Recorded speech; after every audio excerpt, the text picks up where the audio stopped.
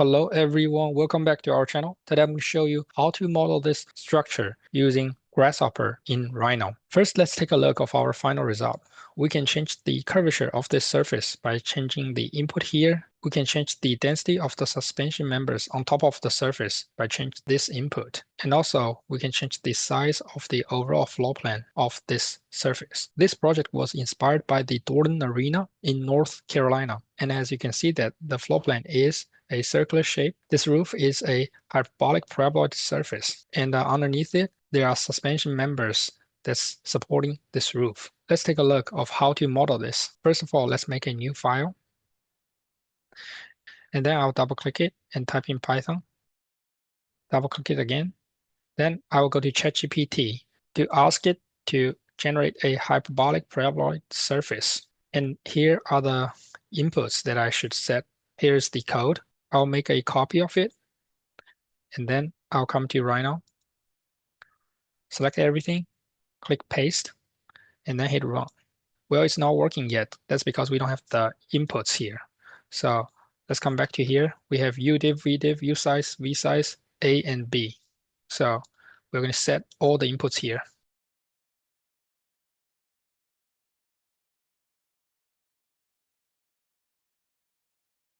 And then let's take a look. It showed me some example inputs, 2020, 2020, and 0.02, 0.02.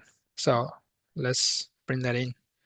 0.02 for the A and B. 20 as the integer for the udiv and vdiv. 20.0 floats for the usize and vsize.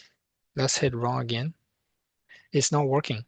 It says float object cannot be interpreted as an integer.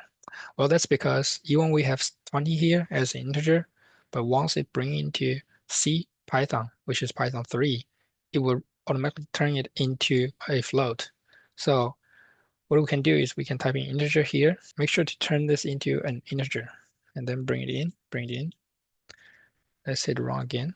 Well, it's still not working. That's because we haven't set up the right output name. I am going to copy this, right click it, and then paste it here. Now let's hit run again.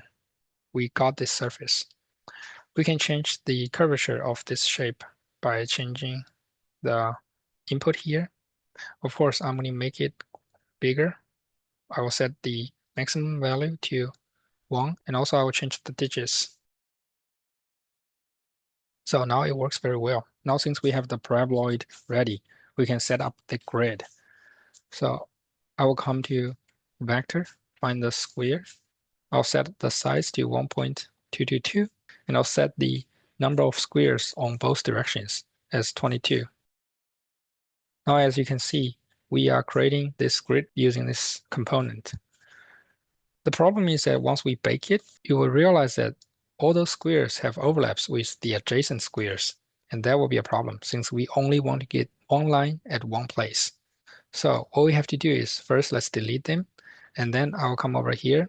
Now they are in a nested list structure that each of those sublists has 22 items. That's simply because we have 22 on this direction and 22 on the other direction. That makes sense. We have to flatten them to get rid of this list structure, and then let's use explode to explode all the squares into smaller segments. So we are going to bring them in, and each square has been exploded into 4 different segments, which also makes sense. And we have to flatten them too. So now we have 1,936 lines. The next thing I want to do is I want to use this component called remove duplicate lines to simply remove those duplicates. And now let's hide everything else. We can bake this, and we will see that we will only have one line here and one line here. That's exactly what we want. So we are going to delete all the lines here. The next thing I want to do is I want to move the center of this set of lines from here to here. First, let's find the center of this set of lines. It's pretty simple. The distance between here and here is simply multiplying the size to the number of grids on this direction. We can get that number by multiplying them together. And in order to find the center line on this direction, we can simply multiply another 0.5 here. So we will use construct point, bring that in. Now we have find the center point on the X direction. Same value for the Y direction because we have the same size number and same number of squares for X and Y. Now we have found the center point for this sets of grids. That's exactly what we want.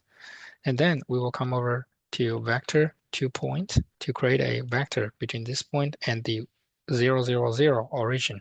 So I'm going to use construct point again to get the 0, 0, 0 because the defaults are 0, 0, 0 in this component. I'm going to bring this here, and we have created a vector from this point to this point. And then I'm going to type in move, bring the objects into it, and also bring the vector into it. Now we can hide everything else. And then the next thing I want to do is I want to create a circle that defines the edge of our floor plan. So I'm going to come over to curve, use this one, extract the input parameter, hide it, and then set a radius to, let's say 22.222. Bring it in. And then let's take a look on the top view. I have to make sure that this circle is smaller than our hyperbolic paraboloid surface. For now, let me hide our hyperbolic paraboloid surface. The next goal is to find all the lines that's inside of this curve. The logic is simple. We can find the start and end points for each of those lines. And if both of those points are inside of this curve, we can confidently say that this line is completely inside of this curve. So let's implement that. First, let's find the endpoints. We will bring those curves in, and we have find the start point and end point for each of those curves. Now we have 1012 curves. And then we can find this component called point in curve. So basically, this component will tell you the relationship between a point and a curve. 0 means outside, 1 means the point is on the curve, 2 means the point is inside of a curve. So we're going to bring this in, and this is our curve. Also, we are going to do the same thing for the endpoints. Now we got a set of 0, 1, 2, and another set of 0, 1, 2 to check if the start point and the endpoint are in this curve or not. In order to do that, what we can do is we can use Python again. We can bring this in and bring this in, and turn this into a list access. Also turn this into a list access. So let's double click it. We will delete everything here. We can set a list first to store the result. So A equals a list. And then what we can do is we can type in for I in range length X, if X bracket I equals 2 and Y bracket I equals 2, A append I. So the logic is very simple. We have 1012 items in both X and Y list. And we go through all the index from 0 to 1011 within those lists. So if the item in the X list with the index I that has the value 2 means that the start point of such item is inside of the circle. And at the same time, if the item with the index I in the Y list is also equals to 2. That means the corresponding endpoint is also in this circle. And then we will append this index to our output list, which is list A. So we will hit run, and we will get a list of index here. Now it says that we have 324 lines inside of this circle, which makes sense. So the next thing I want to do is I will go to set and use list item. Since we already have the index, all we have to do is we have to find the lines. And we will drag this in. And now let's highlight it. We have find exactly the lines we are looking for. The lines that's completely inside of this circle, which is great. And the next goal is to find the lines that's partial in the circle. In order to do that, we have to first find the intersections between this circle and the lines. So we can come over to intersect and find this curve to curve. First, I want to find all the lines I want to search on, which are the lines here.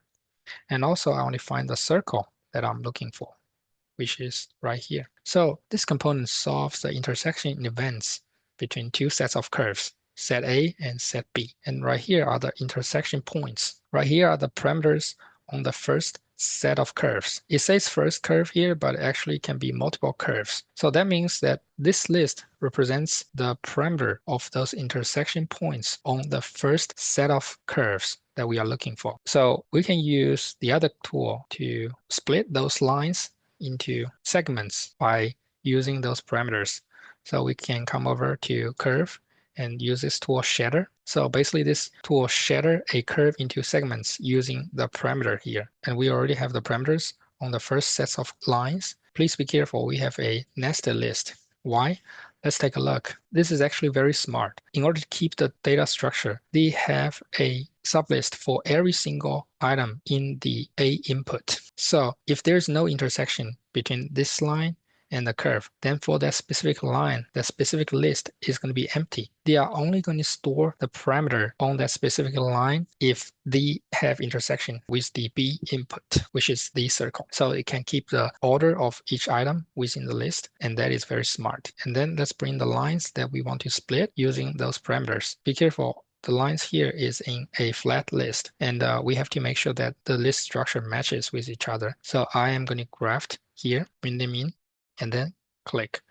Now we have split those lines. So I'm going to hide everything else and delete this one. And now let's bake it and see if it works or not. So this is great.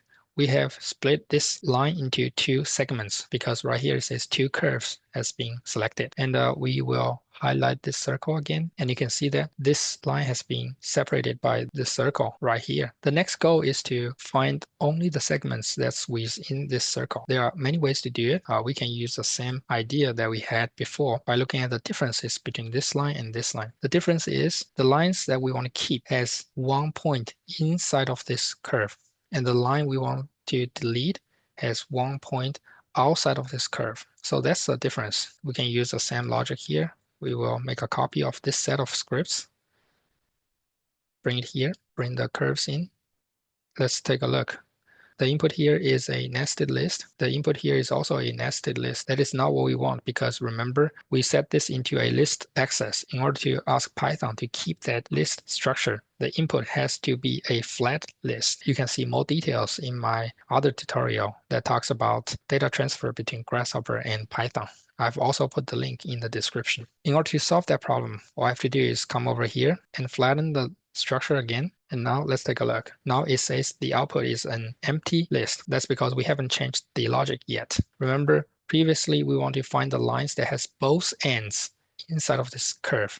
And that is not going to work because none of those lines here has both ends inside of this curve. It either has one point inside or one point outside. All the lines has at least one point on the curve. So none of the list will fit in this condition. So instead of and, we need to change that to or. So either this point or this point is inside of this curve. Then this line fits the description. Let's hit run again. So now we have got the index of the lines that we want to find. The next thing I want to do is I will go to sets, list item. Let me bring the index here and also the list itself.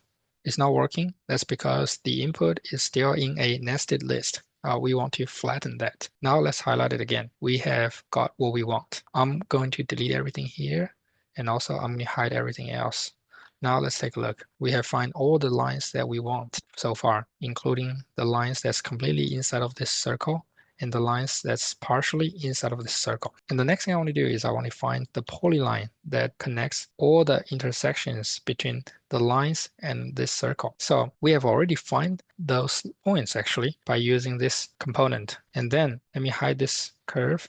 I am going to use curve polyline to connect it. And you will see that it's not working. Nothing has been connected. That's because the input is in a nested list. I'm going to flatten that, and you will see that, whoa, what's going on? The order of the points is certainly not what we want. So we definitely want to change the order of the points using this component called sort along curve. Here are the points we are looking for. And of course, I have to flatten the list of points so it can do the work. And also I will bring in the curve that we are referring to. And then let me bring this in. And now we have created the right polyline. I am going to set the Boolean to true, and that is exactly what we want. I am going to hide everything else. And then the next step is to explode those polylines. And I will explain to you why in just a second. Bring the polylines in. Now we have got 60 lines. hide this one. The next step is to project all the lines that we have found onto the surface. So I'm going to use this component, bring this in, and also bring this in. I will just flatten all the data structure here to make sure that they are all on the same level. And then I will come back to perspective. I'll bring this in. And we have got what we want. Although there are lines on the 2D plane, once they have been projected onto this surface, they become curves. In the real world, the suspension members should always be in a line. In order to turn that, we can simply use the endpoints again and connect the start and the endpoints. The reason that I exploded this polyline here is because if we do it afterwards, you'll see that some of those lines will have an extra point in between, and that's not good. So we have to go back a few steps to make sure that they are doing the right thing. So I'm going to hide everything else.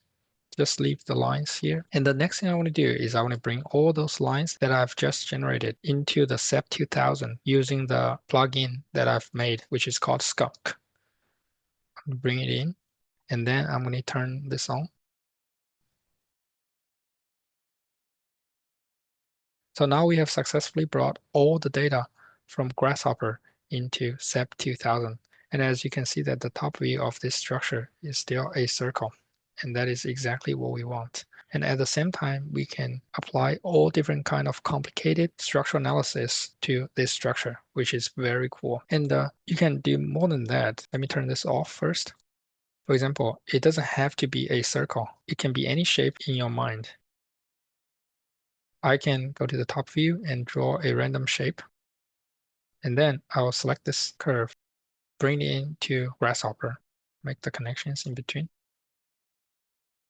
It still works, and you will get this random shape. And also you can change the overall shape of this structure as we showed earlier. You can change the curvature of this surface. You can change the density of the grid on top of it.